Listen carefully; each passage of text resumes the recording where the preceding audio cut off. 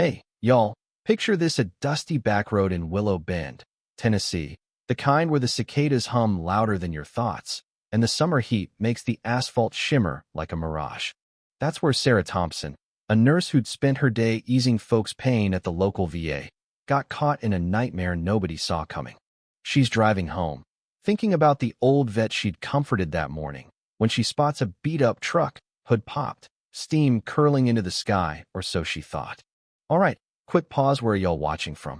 Drop it in the comments, and hit that subscribe button, cause tomorrow's story's gonna grab you by the heart and not let go.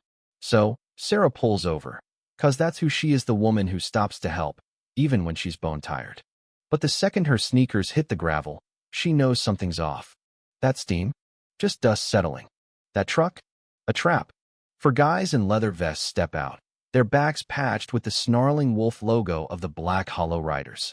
Well, look who's playing Good Samaritan. One sneers, his voice like a blade. Sarah's heart's pounding, but she keeps it cool, hands up, saying, "I don't want trouble, just gonna head out." The leader, a guy with a scar twisting his lip, spits near her feet. "You don't belong here, darling." Before she can move, they're on her rough hands, a punch to the gut that steals her breath, dragging her into the woods where a big oak waits like a silent witness. They tie her to it, ropes biting her wrists, and the leader leans in close, his breath sour. This is what happens when you forget your place.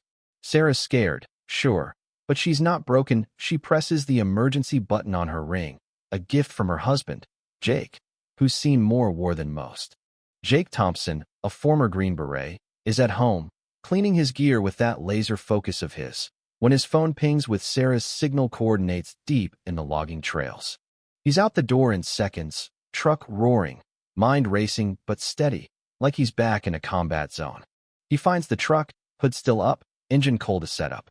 Blood on the gravel points him to the woods, and there's Sarah, bruised, tied to that oak, whispering prayers to stay strong.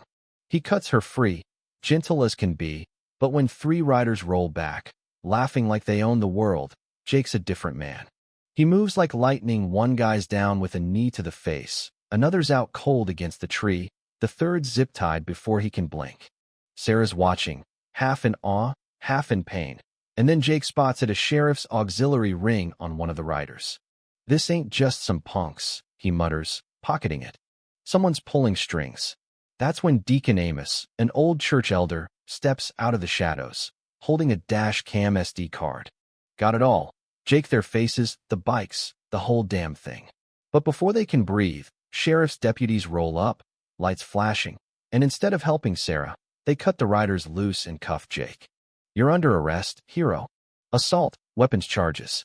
Sarah's furious, pointing to her bruises, but Calhoun just says, "Calm down, ma'am, or you're next." Now here's where it gets wild. Sarah doesn't back down. She's at the courthouse next day, bruises on display, with Amos and that SD card. A reporter, Lena Cruz, slips in beside her, whispering. Those marks tell a different story than the sheriff's report. "Want to talk?" Meanwhile, Jake's in a cell, overhearing a rider-turned-deputy, Big Tommy Vance, bragging about burning evidence at the quarry tonight. Sarah meets Claire Dutton, daughter of land baron Henry Dutton, who's shaking as she hands over ledgers proof her dad's been bankrolling the riders to scare folks off their land for his strip mall empire. That night, the church where they're organizing burns, and Amos barely makes it out. Sarah's voice cracks as she tells the crowd at the Oak the next day, "They thought this tree would break me, but it's where we stand together." The community's fired up: veterans, church ladies, families who've lost homes, and they plan a move on the quarry. Jake's sprung by a state trooper, Sam Carter, who's got a judge's order and a grudge against corruption. At midnight, their convoy hits the quarry. Sarah's live streaming, veterans are cutting bike lines, and Jake's taking down riders like it's a mission. Calhoun tries to bolt, but his cruiser's spiked. Lena's camera catches it all, broadcasting to thousands. FBI's watching. "Roy." Sarah calls out, naming every family they've hurt. Federal agents swarm in, and Calhoun's badge hits an evidence bag. In court, the evidence: Claire's ledgers, Lena's footage, that auxiliary ring buries Calhoun and Dutton. Guilty pleas, decades in prison, a restitution fund for families. The Oak becomes Unity Park, a place of healing, where Sarah and Jake teach folks to stand strong. But here's the thing, some in Willow Bend still whisper the sheriff was just keeping order. What do y'all think? Was justice served, or did Sarah and Jake push too far? Drop your thoughts below, share this story, and let's keep talking about what makes a community whole.